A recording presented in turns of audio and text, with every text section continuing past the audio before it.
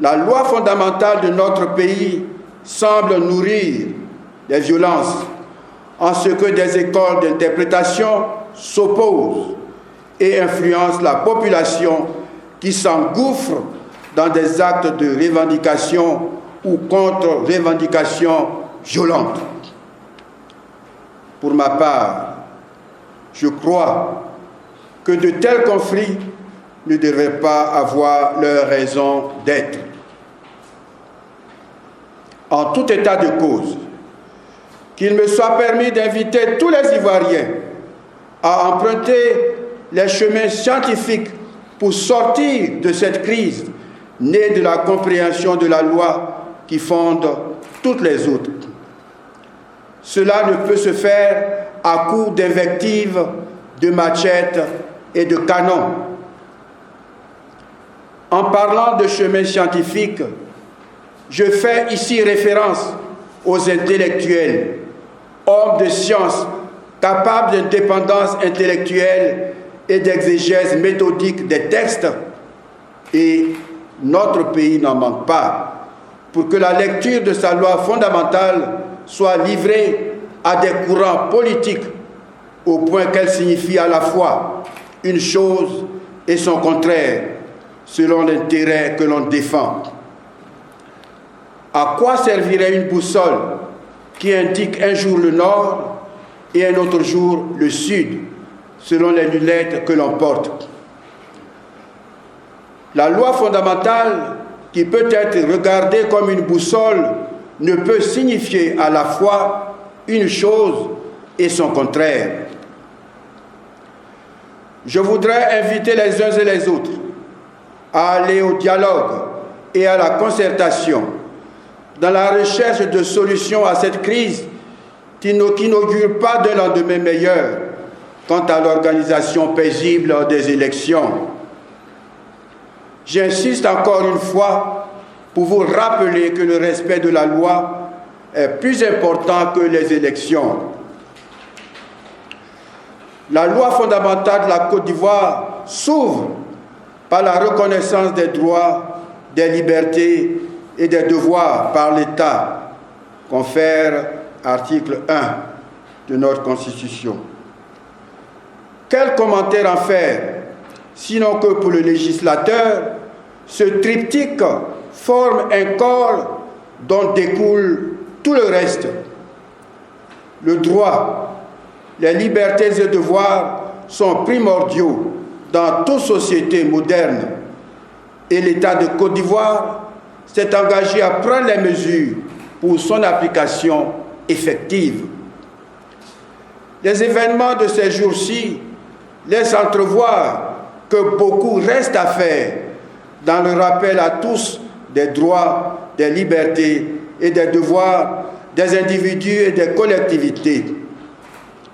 Cela ne peut se faire que loin des bruits d'intérêts électoralistes.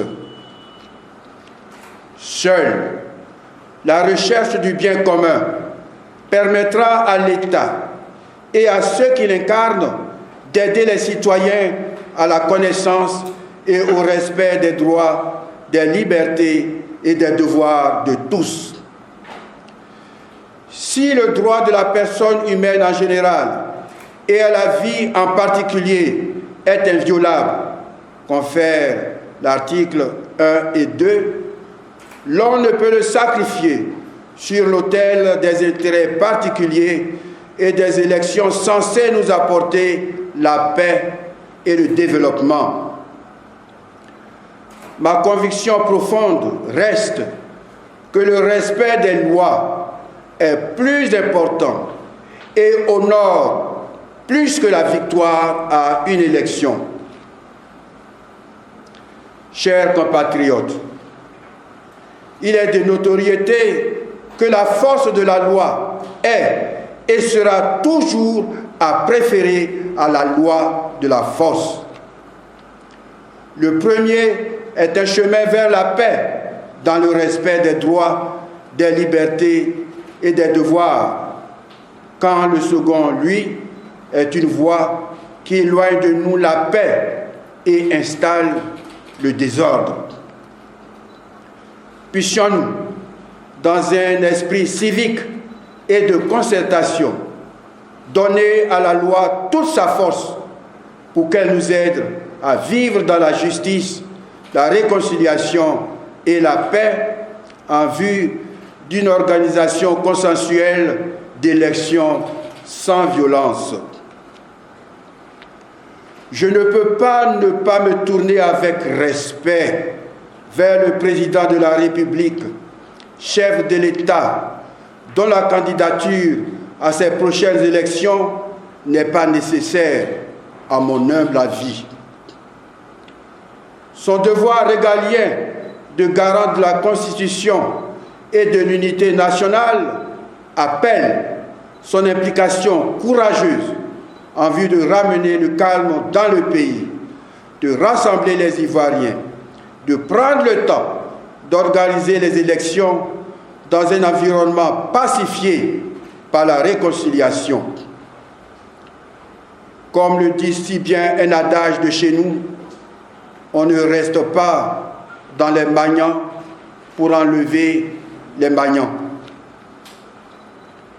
Je prie pour que chacun, dans l'exercice de sa responsabilité, ait la sagesse pour tout accomplir dans le strict respect des lois. Que les appuis et les revendications se fassent dans le strict respect de la Constitution, particulièrement en ce qui concerne le respect du droit à la vie, droit inviolable selon notre Constitution, confère l'article 3. Toute injustice, sous quelque forme qu'elle se présente, provoquera le désordre.